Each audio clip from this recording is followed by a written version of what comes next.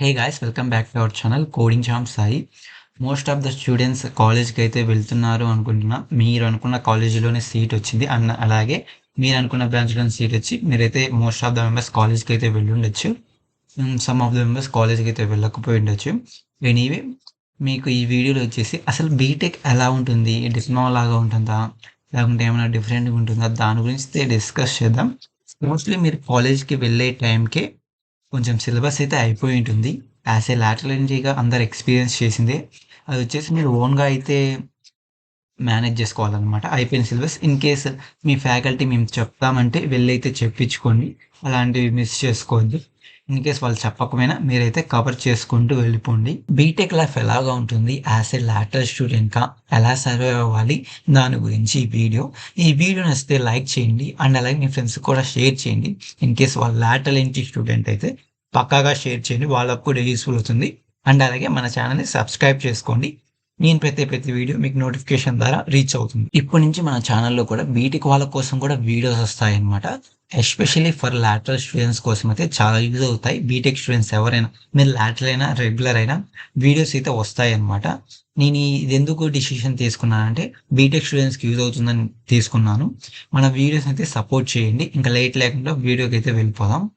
ఈరోజు ఈ వీడియోలో బీటెక్ లైఫ్ ఎలాగా ఉంటుంది అండ్ అలాగే లాటరల్ స్టూడెంట్స్ ఎలా సర్వైవ్ అవ్వాలి, దాని గురించి డిస్కస్ చేద్దాం. ఫస్ట్ బీటెక్ లైఫ్ వచ్చి బీటెక్ ఎలాగ ఉంటుందంటే, మీకు ఇప్పుడు నుంచి 3 ఇయర్స్ అయితే ఉంటుంది. 2.5 ఇయర్ మీరైతే కాలేజీలో ఉండి చదువుతారు. ఇంకా 6 మంత్స్ వచ్చేసి ప్రాజెక్ట్ అనమాట. కాలేజీలో ఉండి కూడా ఆ ప్రాజెక్ట్ చేస్తారు. బట్ లాస్ట్ ఇయర్లో 4th ఇయర్లో 6 మంత్స్ వచ్చేసి మీకు ఎగ్జామ్స్ ఏముండవు, ప్రాజెక్ట్ చేసుకుంటూ ఉండాలి. ఓకేనా? సేమ్ డిప్లొమా మాదిరే మీరు 3 ఇయర్స్ ఎలాగనో, కానీ డిప్లొమాలో లాస్ట్ ఇయర్లో ఇండస్ట్రియల్ ట్రైనింగ్కి అయితే వెళ్ళారు. బట్ బీటెక్లో అలా కాదు, ప్రాజెక్ట్ అయితే ఉంటుంది 6 మంత్స్ అనమాట. అండ్ అలాగే డిప్లొమా ఎగ్జామ్స్ బీటెక్ ఎగ్జామ్స్ గురించి వచ్చినట్లయితే మీకు యాజ్ యూజువల్గా 2 మిడ్స్ ఉంటాయి. మళ్ళీ ఇంటర్నల్ ల్యాబ్ 1, ఇంటర్నల్ ల్యాబ్ 2 ఉంటుంది. లక్షనల్ ల్యాబ్స్ కూడా ఉంటాయి అండ్ అలాగే ఎక్స్టర్నల్ ఎగ్జామ్స్ కూడా ఉంటాయి అన్నమాట. సేమ్ డిప్లొమా మాదిరే మీకు అన్నీ బాగా అర్థమవుతాయి. సేమ్ యాజ్ యూజువల్ మీరైతే ఈజీగా ఫాలో అవ్వచ్చు. బట్ ఒక పాయింట్ అయితే ఉండదు. ఏంటంటే అది మీరు డిప్లొమాలో వచ్చేసి ఎక్కువగా బ్లూ ప్రింట్ ద్వారా చదివింటారనమాట. అంటే ఒక ఒక సబ్జెక్ట్లో ఈ యూనిట్స్ కొన్ని మార్క్స్ అని మెన్షన్ చేసి ఉంటారు డిప్లొమాలో. మీరు అట్లా చదువుకొని వెళ్ళింటారు. బట్ ఇట్లా బీటెక్లో అలా కాదు. సేమ్ ఒక సబ్జెక్ట్లో 5 యూనిట్స్ ఉంటాయి. బట్ అక్కడ మార్క్స్ అయితే మెన్షన్ చేయరు. మోర్ థియరటికల్గా అయితే ఉంటుంది. మీరు కొంచెం డిప్లొమాలో కొంచెం ప్రాక్టికల్గా నేర్చుకుంటారు. బట్ ఇక్కడ బీటెక్ వచ్చేసరికి కొంచెం థియరిటికల్గా ఎక్కువ ఉంటుంది అనమాట. మీరైతే ఎక్కువ కొంచెం స్పెండ్ చేయాలి టైం దీని మీద. అన్నీ మీకు చదివినైతే వస్తాయి, బట్ కొంచెం డీప్గా థియరటికల్గా వస్తుంది. కొంచెం టైం అయితే స్పెండ్ చేయండి. నెక్స్ట్ వచ్చేసి మీకు ఇక్కడ బ్లూ ప్రింట్ మాదిరి ఒక సబ్జెక్ట్లో ప్రతి యూనిట్కి మెన్షన్ చేయరనమాట. మీరు ఆ సబ్జెక్ట్ అంటే చదువుకొని పోతే ఎగ్జామ్లో అడిగిన క్వశ్చన్కి అయితే రాయాలి ఆన్సర్స్.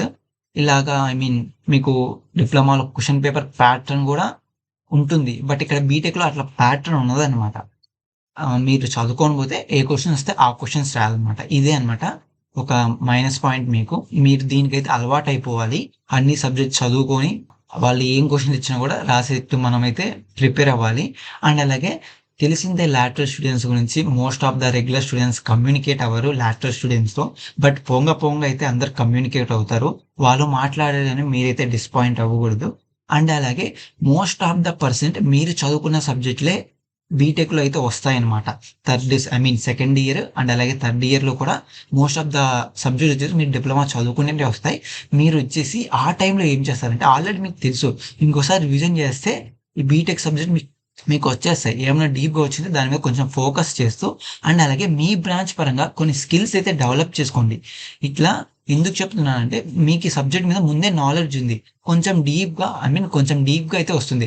ఆ డీప్ నాలెడ్జ్ మీరు కొంచెం ఫోకస్ చేయాలి. దాని తర్వాత మీకున్న టైంలో స్కిల్స్ అయితే డెవలప్ చేసుకోండి. ఈ స్కిల్స్ డెవలప్ చేసుకోవడం వల్ల మీరు అనేది ప్లేస్మెంట్స్లో కానీ దేనికైనా మీకైతే యూజ్ అవుతుంది. ఓకేనా? మళ్ళీ డిప్లొమాలో వచ్చిన సబ్జెక్ట్స్ మళ్ళీ స్టార్టింగ్ నుంచి అవే చదువుకుంటా అంటే మీకు స్కిల్స్ ఏం డెవలప్ కావు.